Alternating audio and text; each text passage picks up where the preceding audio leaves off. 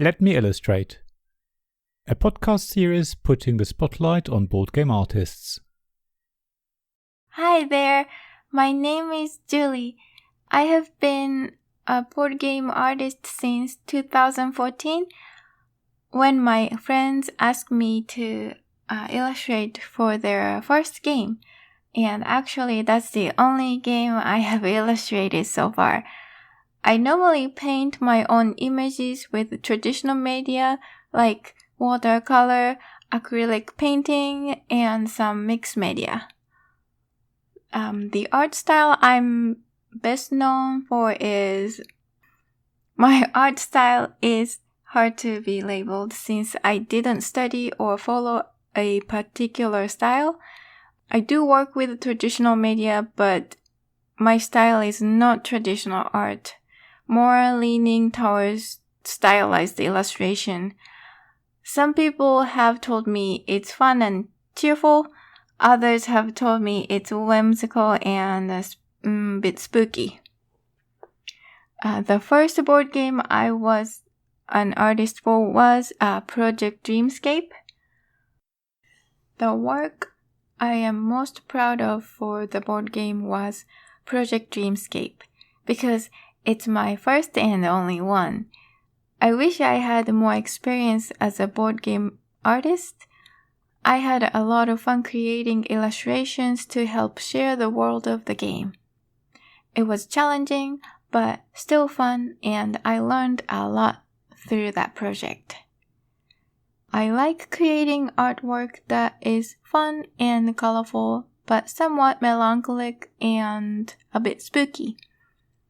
Also, artwork that speaks to any age, make them wonder about a story behind the piece, and maybe inspire them to come up with their own story. I get my inspiration from nature, colors, and small moments from my daily life.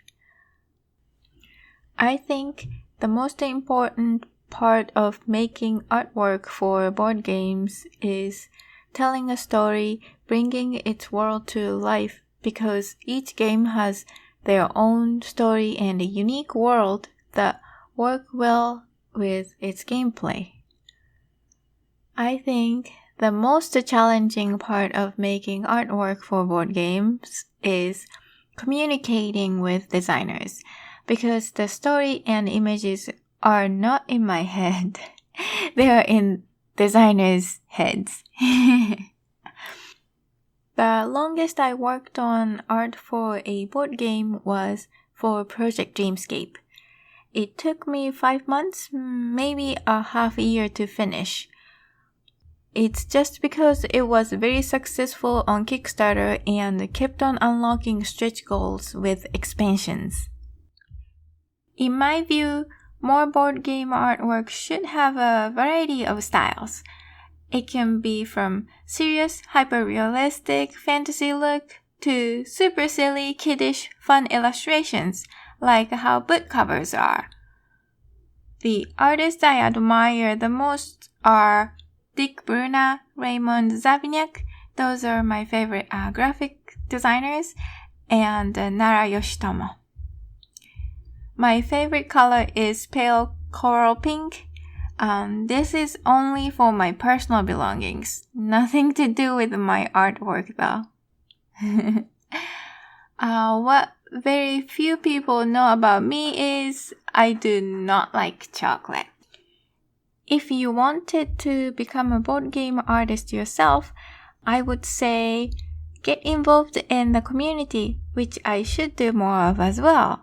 I love playing board games and card games with my friends, so if you do enjoy, don't be shy, open up the door to the gaming community. I heard it's pretty comfy.